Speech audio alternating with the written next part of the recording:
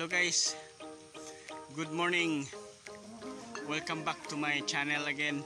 Today ngayon balik tayo ngayon sa bukid. Kasi yung naalala nyo guys, yung last vlog ko, yung nasa caption title na si PG Boy naging kalabaw. Yun yung inayos namin ng punla. Ngayon ngayong araw na to, magtanim tayo kasi medyo mahaba na yung punla natin. Kaya ngayon nandito ako ngayon sa bukid at may nagtatanim na po doon. Kaya ito ngayon nagdala ko ng merienda sa kanila, tubig, soft drinks.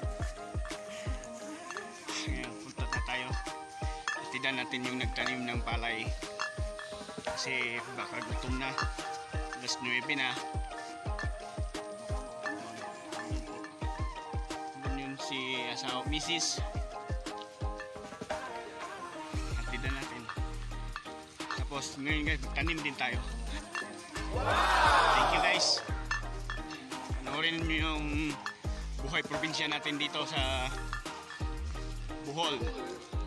Mga kaibigan ko dyan, magtanim tayo guys.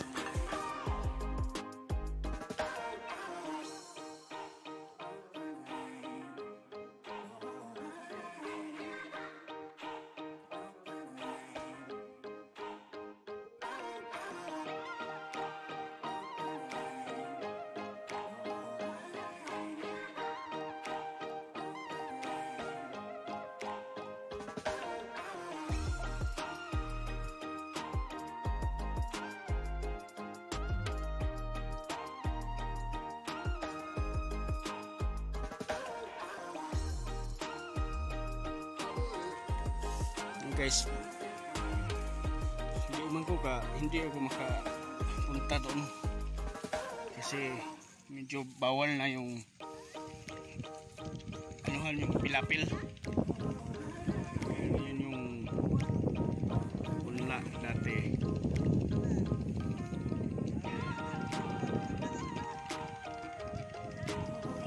Medyo malapit na matapos. After lunch matapos na to.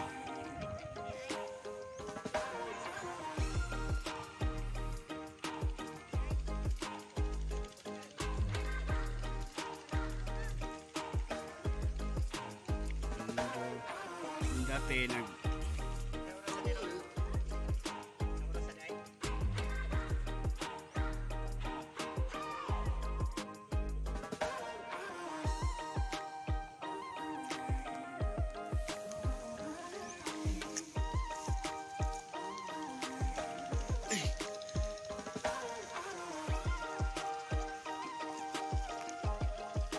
yan yung mga nagkatong himuhang kabaw.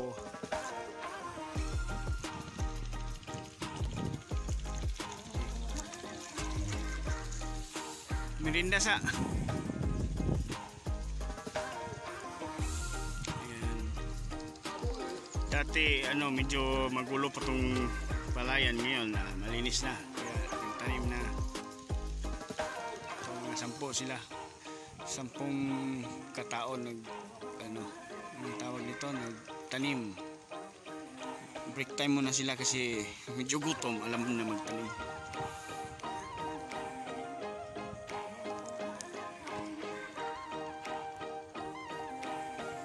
Ayan guys, nakita niyo yung medyo malapit na matapos kasi ang bilis nila magtanim. Hindi ako nakaabot, magtanim sana ako. Ngayon uwi na naman tayo kasi hatidan na naman natin sila na tanghalian. Sa mga kaibigan ko dito, kasi nagtagalog ako, kasi yung mga friends ko dyan sa Manila nagre-request ng yung tawag nito, magtagalog daw, hindi sila makaintindi. So pasensya na po na medyo may Tagalog at saka Bisaya, para naman hindi naman unfair sa mga subscriber.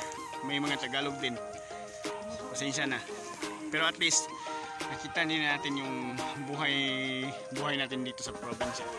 Ayan, si Mrs. magkuha ng dagami sa mga tanim niya, halaman, para para healthy yung mga halaman. Maya maya balik tayo dito at tignan natin yung nagtanim. At saka mamaya pag hindi pa matapos magtanim tayo, try. Subukan natin magtanim para at least mayroon tayong experience. Okay guys, see you later. Ito guys, dito tayo ang tawag sa kitchen, dirty kitchen natin. Luto tayo ng mga tanghalian, yan, prito and gulay and wow, sarap.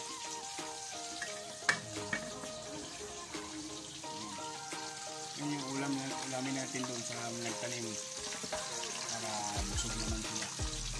Healthy gulay, pilpista, tsaka kapoy. Sarap.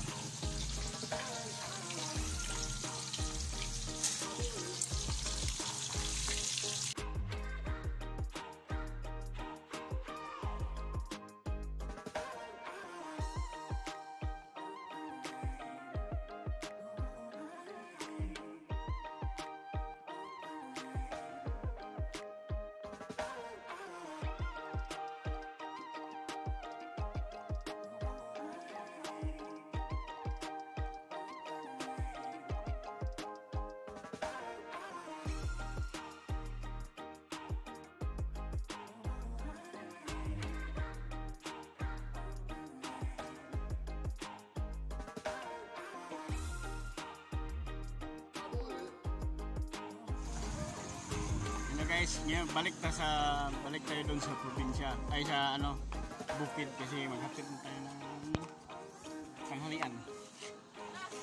Maghatid na tayo ng tanghalian doon sa nagtanim. Okay guys.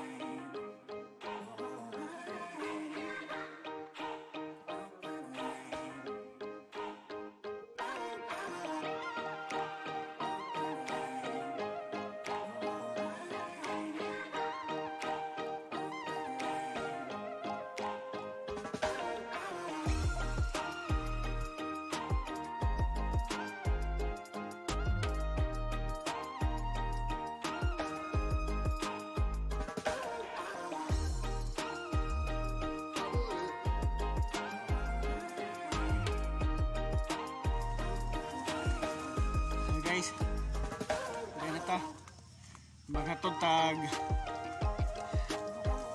na tayo ng tanghalian sa tanim. Ito na ko isang malaking kaldero na uy, hintay, huwata sa gumay kiniro kaldero na patay, ayan o, bigas may aso guys.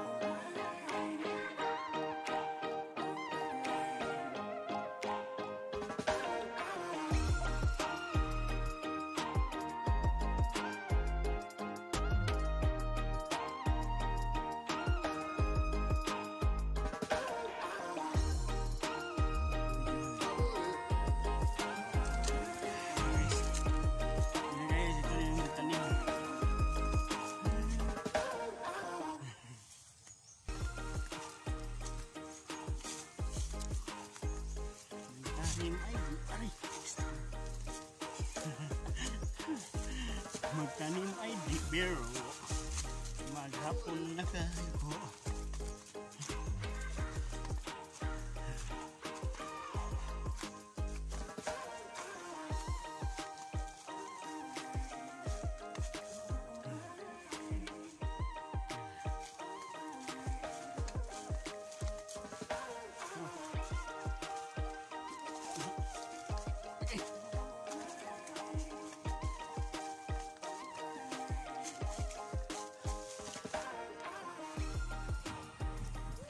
Hello guys, dito na tayo ngayon balik sa bukid.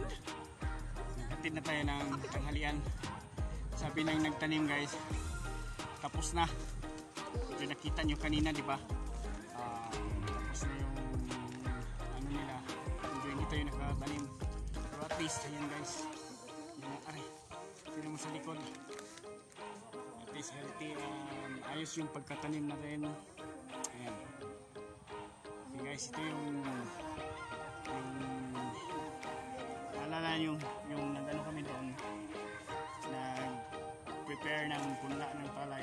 Ngayon, ito na yung resulta ng hirap. At least, thanks God na nakatanim na. Kahit medyo maulan. Ayan yun, kulimlim dito. Ayan guys. Halian muna tayo guys.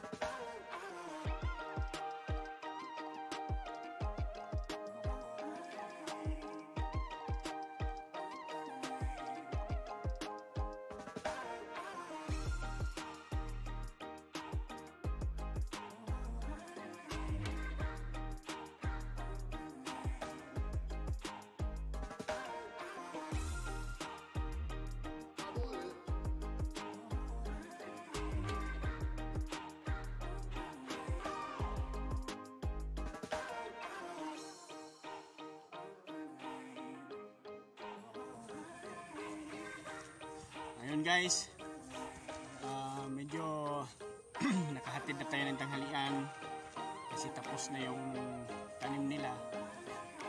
Ayan, ganito pala yung ganyan pala magtanim, hatid ng merienda tsaka tanghalian.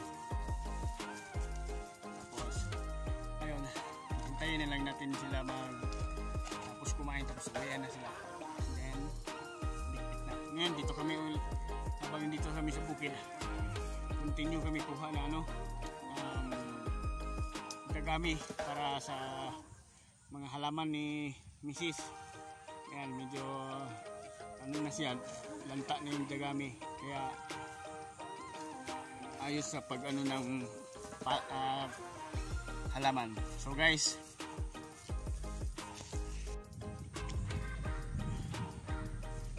thank you very much for watching and supporting my channel. Ito yung buhay probinsya ko dito sa Bohol. So again, thank you very much. Tanim tabay.